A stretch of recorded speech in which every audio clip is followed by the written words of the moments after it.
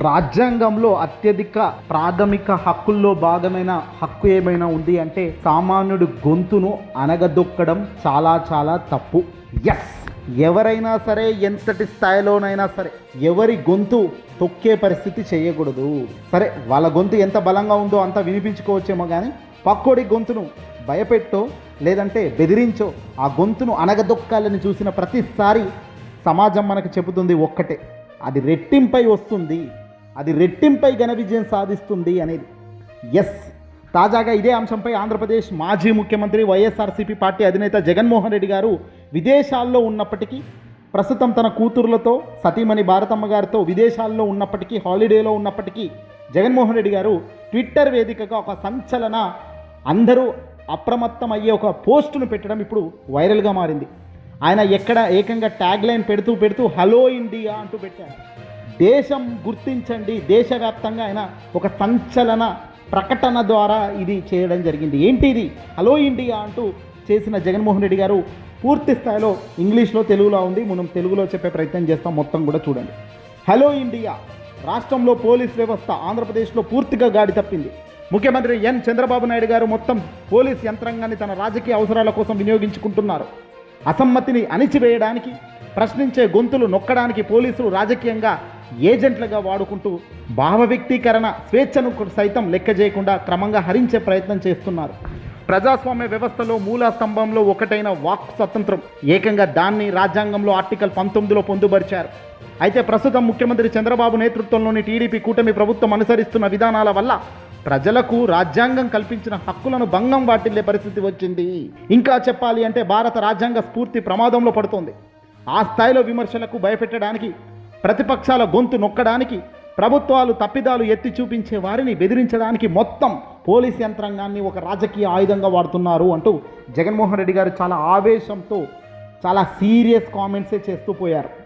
ఇక ఇంతేకాదు, టీడీపీ కూటమి ప్రభుత్వ వైఫల్యాలు, వాళ్ళు చేస్తున్న మోసాలు, అవినీతి, దగా, ఇంకా ప్రజా వ్యతిరేక పరిపాలన ఎత్తు చూపే ప్రయత్నం చేస్తున్న సోషల్ మీడియా కార్యకర్తలను, వైసీపీ మద్దతుదారులను, పాత్రికేయులతో పాటు సాధారణ పౌరులపైన కూడా రాజకీయ కక్ష సాధింపు చర్యలకు దిగుతూ నిరంకుశ వైఖరి, బెదిరింపులు కొనసాగుతున్నాయి ఆంధ్రప్రదేశ్ రాష్ట్రంలో.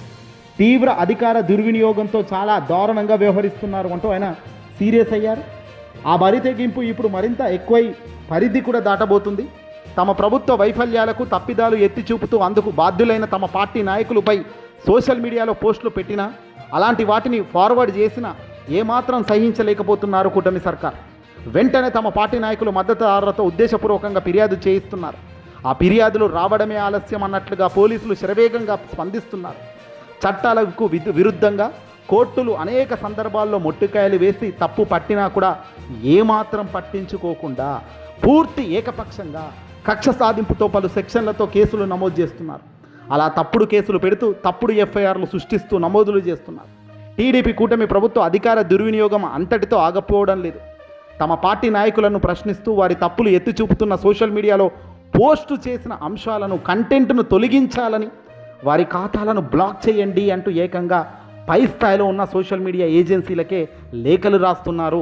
ఆ మేరకు పోలీస్ శాఖ స్వయంగా సామాజిక మాధ్యమ వేదిక సోషల్ మీడియా ప్లాట్ఫామ్లకు, అంటే గూగుల్కు, ఇన్స్టాగ్రామ్లకు కానీ ఇతర ప్లాట్ఫామ్లకు నోటీసులు పంపిస్తుందట. ఆ విధంగా ఒక వ్యవస్థీకృతంగా సోషల్ మీడియాపై సెన్సార్షిప్ విధిస్తూ ప్రభుత్వ వైఫల్యాలు, అవినీతిపై ప్రజల్లో ఎక్కడ చర్చ జరగకుండా చూడడం, ఎక్కడ అసమ్మతి గలం వినిపించకుండా ప్రయత్నించడం, ఆ విధంగా భావ వ్యక్తీకరణ స్వేచ్ఛను హరించే దశలో టీడీపీ కూటమి ప్రభుత్వం పోలీస్ యంత్రాంగాన్ని ఏ స్థాయిలో వాడుకుంటుందో అని చెప్పడానికి ఇవన్నీ స్పష్టంగా కనబడుతున్నాయి అంటూ జగన్మోహన్ రెడ్డి గారు విదేశాల నుంచి ట్విట్టర్ వేదికగా విడుదల చేసిన అంశాలు ఇవన్నీ కూడా క్లియర్గా. బాధ్యత, జవాబుదారీతనం లేకపోవడం, విమర్శలు సహించుకోపోవడం, పారదర్శకత లోపించడం వల్ల ఏర్పడిన అభద్రతా భావం వల్ల పెళ్ళుబిక్కుతున్న అసహనం ఇది. దానివల్ల కక్షపూరిత, నిరంకుశ విధానాలు, ఆ దశల్లో ప్రభుత్వ చర్యలు తేటతెల్లమవుతూనే ఉన్నాయి. అదే అధికార టీడీపీ తమ సామాజిక మాధ్యమ వేదికల ద్వారా ప్రతిరోజు వైసీపీ నేతలు, నాయకులు, అభిమానులు, కార్యకర్తలపై విషం చిమ్ముతూ, విష ప్రచారం చేస్తూ దూషణలతో కూడిన దారుణమైన పోస్టులు పెడుతుంది. ఆ విధంగా నిత్యం వ్యక్తిత్వ హననం చేసే ప్రయత్నం వాళ్ళు చేస్తున్నప్పటికీ వాటిపై వైఎస్ఆర్సీపీ పార్టీకి సంబంధించిన వాళ్ళు ఎన్ని ఫిర్యాదులు చేసినా పోలీసులు ఏమాత్రం పట్టించుకోవడం లేదు. సాక్ష్యాధారాలు చూపినా కనీసం కేసు నమోదు చేయడం లేదు, ఎఫ్ఐఆర్లో ఊసే లేదు. ఆ విధంగా రాష్ట్రంలో పోలీస్ వ్యవస్థ బాధ్యత మర్చిపోయి ద్వంద్వ ప్రయాణాలతో హేమంగా ముందుకు పోతుంది. ఇది ఖచ్చితంగా ప్రజాస్వామ్య విలువలకు, రాజ్యాంగాలకు కల్పించిన హక్కులను భంగం కలిగించడమే కాకుండా ప్రజాస్వామ్య స్ఫూర్తినే దాడిగా భావించాల్సి వస్తుంది. స్వేచ్ఛ స్థానంలో భయం, జవాబుదారీతనం స్థానంలో బెదిరింపులు, పోలీస్ యంత్రాంగం వ్యవస్థ రాజకీయ ఆయుధంగా మారడం ఒక విమర్శను నేరంగా పరిగణించే పరిస్థితి ఉన్నా రాష్ట్రంలో అసలు ప్రజాస్వామ్య వ్యవస్థ ఉనికిపైన సందేహాలు వ్యక్తమవుతున్నాయి. ఇలాంటి వాతావరణంలో ప్రజాస్వామ్య వ్యవస్థ మనగడ కష్టం.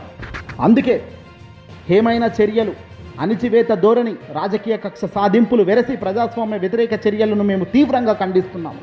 అధికార దుర్వినియోగానికి పాల్పడడం, పోలీసులను రాజకీయ ఆయుధంగా వాడుకుంటూ ఆ వ్యవస్థ పూర్తిగా గాడి తప్పేలా వ్యవహరించడం, ప్రతిపక్ష గొంతు నొక్కడమే లక్ష్యంగా పనిచేయడం, సోషల్ మీడియాపై నియంత్రణ మొత్తంగా అసమ్మితిని అణిచివేయడం వంటి చర్యలను రాష్ట్ర ప్రభుత్వం తక్షణమే ఆపాలని డిమాండ్ చేస్తున్నామంటూ కూడా ఓ 2-3 పోస్టులు కూడా అటాక్ చేశారు జగన్మోహన్ రెడ్డి గారు. అంటే వైఎస్ఆర్ కాంగ్రెస్ పార్టీకి సంబంధించి పోస్టులు పెట్టిన వాటిని తొలగించినట్టుగా ఉన్న ఆధారాలు ఇక్కడ కనబడుతున్నాయి.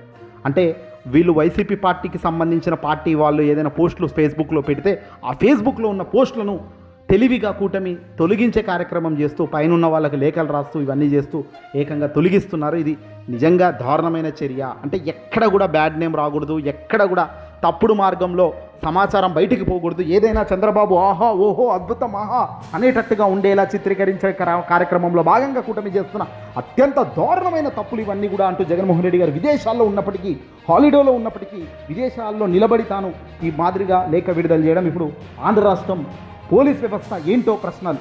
ఇలాంటి తప్పులు చేసిన ప్రతి ఒక్కరి తాట తీయడం ప్రజల వంతు అవుతుంది. ప్రజలందరూ కలిసికట్టుగా వేసే ప్రతి ఓటు ఇలాంటి వాళ్లకు చెంపదెబ్బ పడుతుంది. ఈరోజు పోలీస్ వ్యవస్థలో గుర్తుపెట్టుకోవాలి ఒకసారి, అధికారం ఎవడుంటే వాడి వైపు నిలబడ్డం కాదు, అధికారంలో ఉన్న వాళ్ళ వైపు నిలబడ్డం మీ పని కాదు. మీ పని ప్రజాస్వామ్యంలో ప్రజలను రక్షించే పని. ఆ రక్షణ కల్పించే పనిలో మీరు ఫెయిల్ అయినప్పుడు ప్రజలు కూడా ఖచ్చితంగా మీ వైపు ఉండకుండా అధికార పార్టీ వైపు లేదంటే ప్రతిపక్ష పార్టీ వైపు ప్రజలు మళ్ళినప్పుడు చాలా పరిస్థితి దారుణంగా పరిస్థితి పోయే పరిస్థితి ఉంటుందనేది గుర్తుపెట్టుకోవాలి తప్పు పనులు చేస్తున్న వాళ్ళు ఎవడైనా సరే. అంతేగాని మాకు ఎమ్మెల్యే ఏదో చెప్తున్నాడు, ఎంపీ ఏదో చేయిస్తున్నాడు, మంత్రి ఏదో చెప్తున్నాడు అని రెచ్చిపోతే కనుక టాటా తీస్తారు మరో పార్టీ వాళ్ళ అధికారంలోకి వస్తే. అందులో మొహమాటమే లేదు. మరి అలా నీతిగా నిజాయితీగా ఉండి రేపు పొద్దున ప్రాబ్లం రాకుండా ముందుకు పోయే పరిస్థితిలో ఉంటారా? లేదంటే ఏ ప్రాబ్లం వచ్చినా మాకు ఎమ్మెల్యే ఉన్నాడులే, మంత్రి ఉన్నాడులే అని రెచ్చిపోతూ ఈ పొద్దు బాగున్నాం కదా అని చూసుకుంటే మాత్రం పరిస్థితి మాత్రం చాలా డిఫరెంట్ అయిపోతుంది అనేది మాత్రం రాజకీయాల్లో కనబడుతుంది. ఈరోజు తమిళనాడు రాజకీయాలు చూసినా అదే కనబడుతుంది, ఏ రాష్ట్రంలో చూసినా అదే కనబడుతుంది. రాష్ట్రంలో అధికారం అనేది కేవలం 5 సంవత్సరాలే ఉంటుంది. ఆ 5 సంవత్సరాల్లో అధికారం ఎందుకు ఉంటుంది? ప్రజలకు మంచి చేసేదానికి ఉంటుంది. మీపై కక్ష సాధింపు చర్యలకు దిగడానికి కాదు. మీపై ఎవడో ఏదో చేశాడని దానికన్నా 10 రెట్లు ఎక్కువ చేస్తాననే కార్యక్రమం మీరు చేస్తూ పోతే అది మీకే ప్రమాదం అవుతుంది. ఈ వీడియోని అసలు ఎక్కడ షేర్ చేయండి.